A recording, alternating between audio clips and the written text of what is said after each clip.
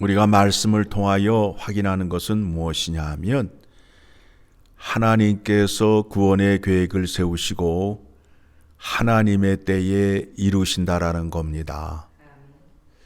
그래서 우리에게 인내와 오래 참음의 믿음이 필요한 것입니다.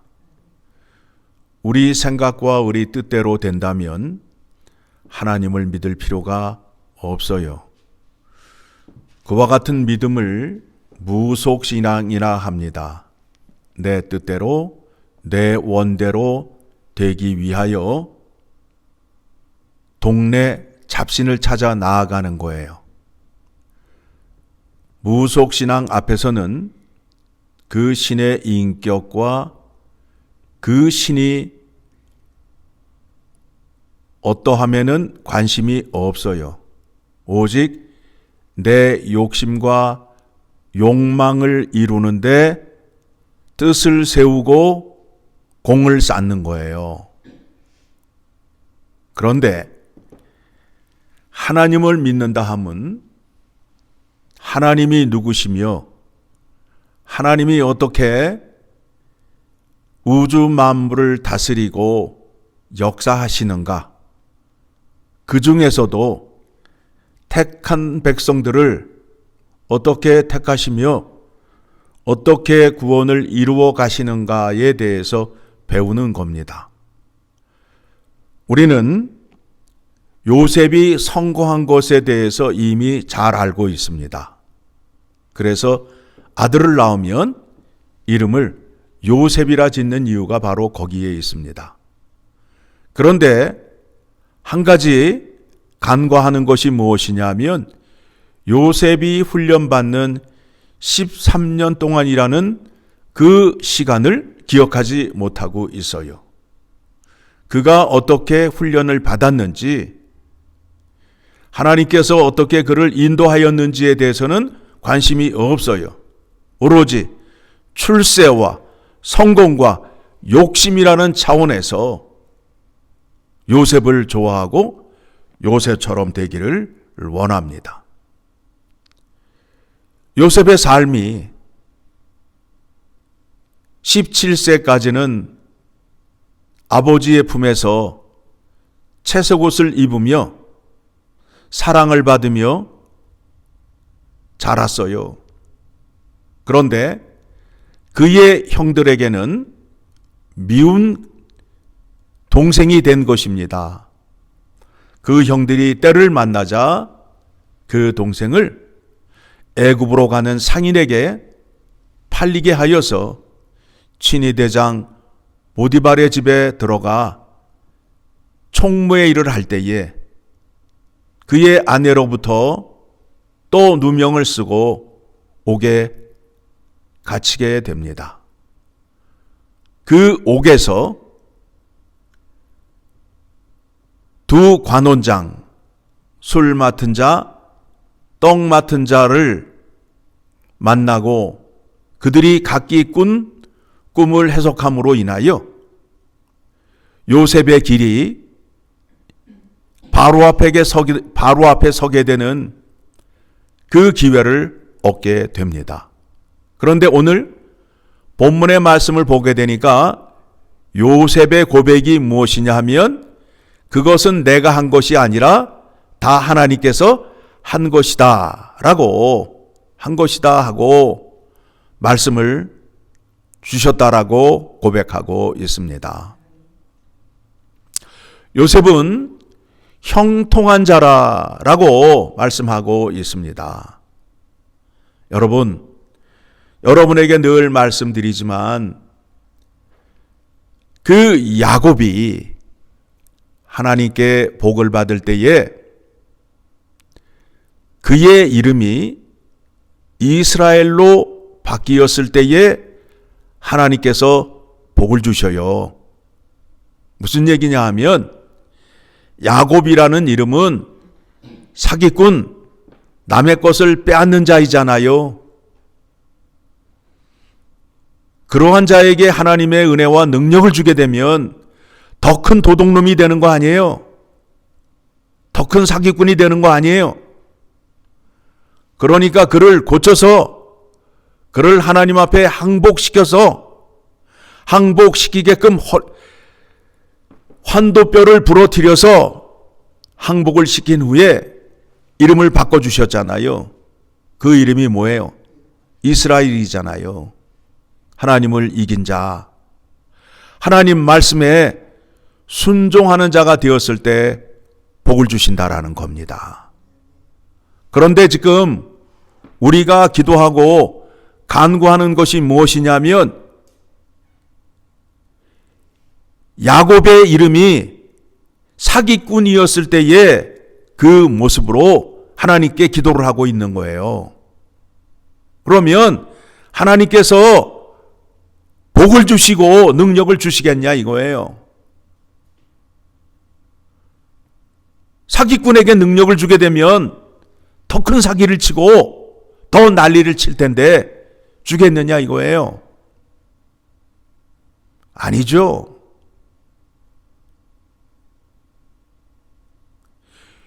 요셉을 하나님께서 택하셨는데 요셉이라는 자가 아버지의 사랑을 받으며 컸지만 그가 하는 짓이 형들에게 사랑을 받는 것이 아니라 미움을 받는 자라는 것입니다. 그러면 그러한 요셉에게 하나님의 은혜와 능력을 주게 되면 그 사람이 어떤 자가 되겠어요? 더 많이 고자질하고 더 많이 이간시키는 자가 되잖아요. 그러니 어떻게 해야 돼요? 그를 고쳐야 될 거 아니에요. 어떻게? 사랑을 베풀고 나누어 주는 자로 만들어야 될 거 아니에요. 그 훈련을 어디서 배워요? 감옥에서 배우잖아요. 감옥에서. 배우고 깨닫고 변화된 후에 애굽의 총리가 된다라는 겁니다. 여러분, 우리 손에 칼이 들려 있고 피가 가득한 상태에서 하나님의 은혜를 받을 수 없어요. 없어요.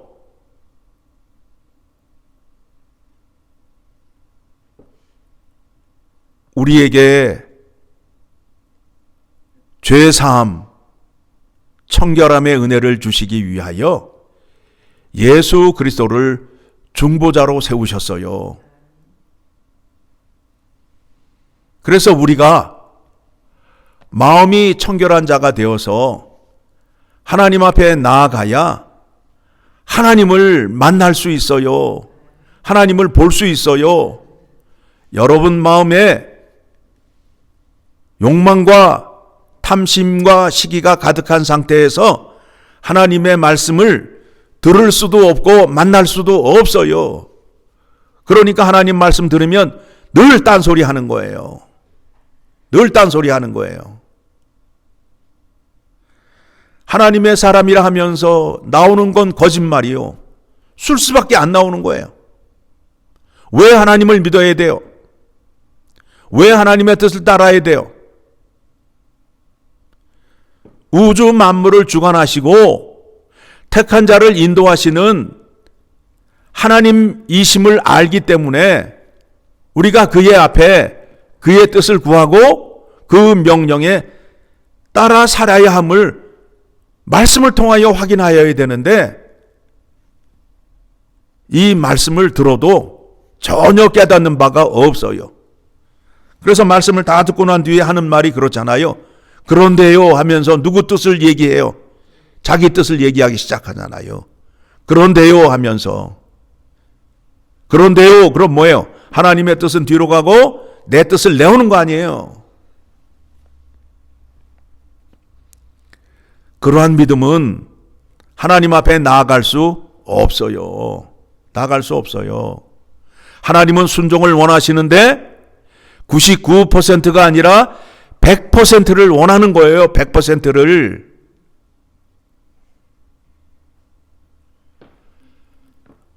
말씀에 순종하셔야 돼요. 다른 방법이 없어요. 다른 방법이 세미한 하나님의 음성을 들으셔야 됩니다.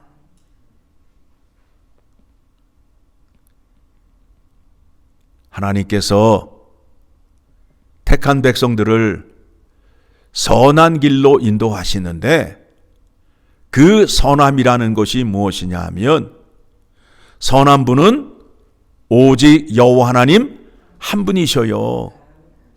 그래서 그의 말씀을 따르는 거예요. 말씀 이외에 다른 방법이 없어요. 자, 그 말씀 여러분에게 소개해 드립니다. 고린도전서 10장 13절을 가게 되면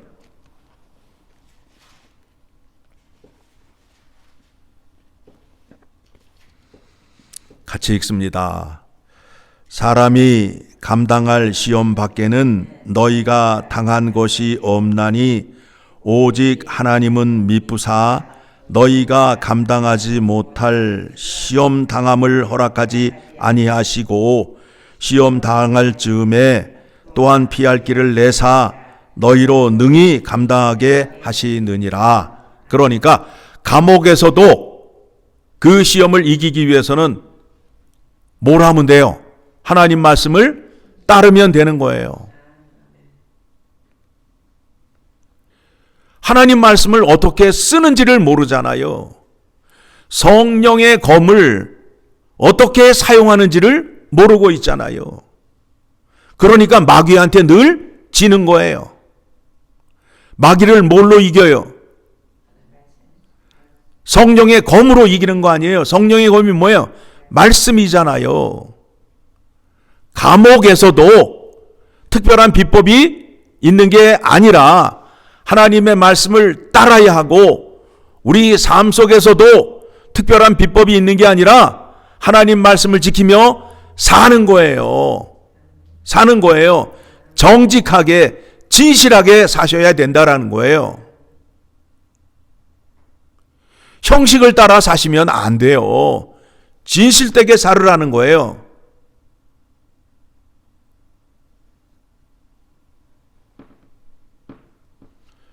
하나님은 여러분이 기도를 하시는 데 있어서 은밀하게 하는 기도를 좋아하셔요. 은밀하게 하는 기도를 좋아하셔요.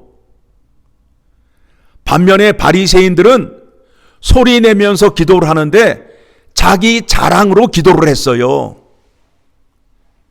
왜요? 사람들에게 자기의 의로움을 나타내고 나 이런 사람이야 하고 나타내기 위해서 소리를 지르며 기도했다고요. 그렇게 소리를 지르며 기도하게 되면 자기 마음속에 있는 은밀한 죄를 고백해요, 못해요? 못하잖아요. 그렇죠?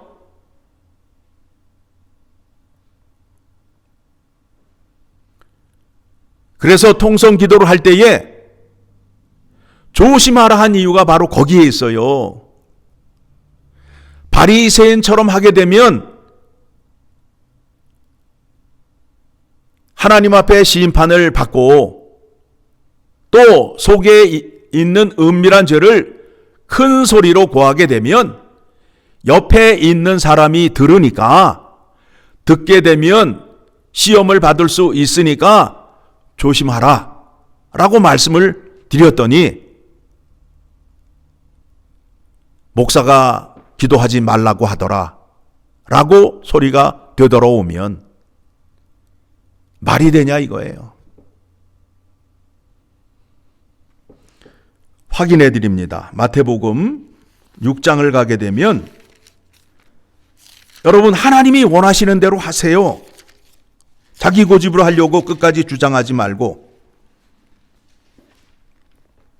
5절 같이 읽습니다. 또 너희는 기도할 때에 외식하는 자와 같이 하지 말라. 그 사람은 사람에게 보이려고 회당과 큰 거리 어귀에 서서 기도하기를 좋아하느니라.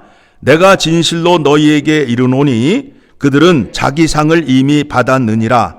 너희는 기도할 때에 내 골방에 들어가 문을 닫고 은밀한 중에 계신 내 아버지께 기도하라. 은밀한 중에 보시는 내 아버지께서 갚으시리라. 하나님은 어떤 기도를 좋아하신다고요? 여러분 마음속에 있는 깊은 죄까지 고백하기를 원하시는 거예요. 그런데 이렇게 바리새인들은 기도하지 않았어요. 그렇게 기도하는 사람들은 사람들에게 인정을 받았기 때문에 하나님 앞에서는 상급이 없다라고 말하고 있잖아요. 그렇죠? 성경에 이와 같은 말씀이 기록되어 있는데 끝까지 자기의 생각과 고집으로 주장하실 거예요? 여러분이 마음속에 있는 죄 사함을 받지 못하고는 하나님을 만날 수 없어요. 여러분 마귀의 속삭임에 넘어가시면 안 돼요. 그리고 마귀가 하는 소리에 교회가 흔들리면 안 돼요. 청결한 자가 되어야, 정직하고 진실한 자가 되어야 하나님을 만날 수 있어요. 지금 복 주시는 방법을 소개하고 있잖아요. 하나님이 복을 주시는데 그 사기꾼 약달자를 택하여서 약속하시고 복을 주시는데 하나님께서 그에게 큰 은혜를 주실 때에는 그의 이름을 바꿔서 주신단 말이에요. 여러분들이 구원을 받을 때에는 어느 때 구원을 받았다고요? 사망 가운데 죄인일 때 구원을 받았어요. 그런데 하나님의 큰 구원의 은혜를 받기 위해서는 여러분이 바뀌셔야 돼요. 하나님 앞에 늘 정직하고 진실된 자로 서기를 간절히 소망합니다. 예? 어떻게 교회를 다니면서 말도 안 되는 소리, 거짓말을 뻔뻔하게 하고 누명을 씌우게 하고